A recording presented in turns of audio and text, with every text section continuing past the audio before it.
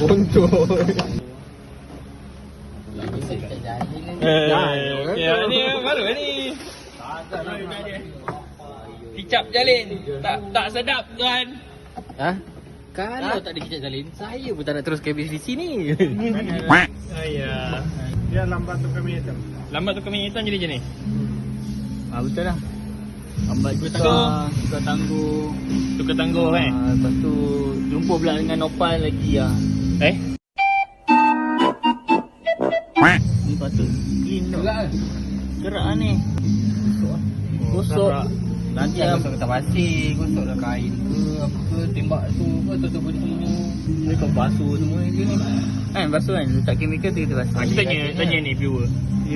Masuk isi masuk ke? Masuk ni washing machine. Masa kena basuh lah. Tak pun letakkan nasi sedap tak? Ya, no.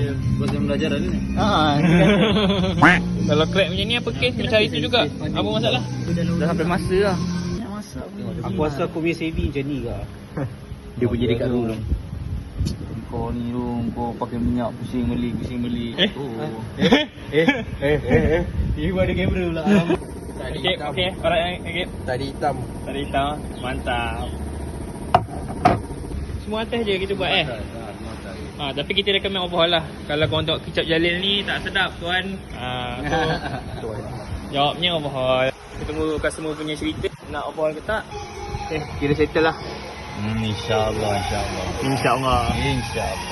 So boleh like, follow, komen dengan share. Jumpa lagi next video. Bye. Assalamualaikum.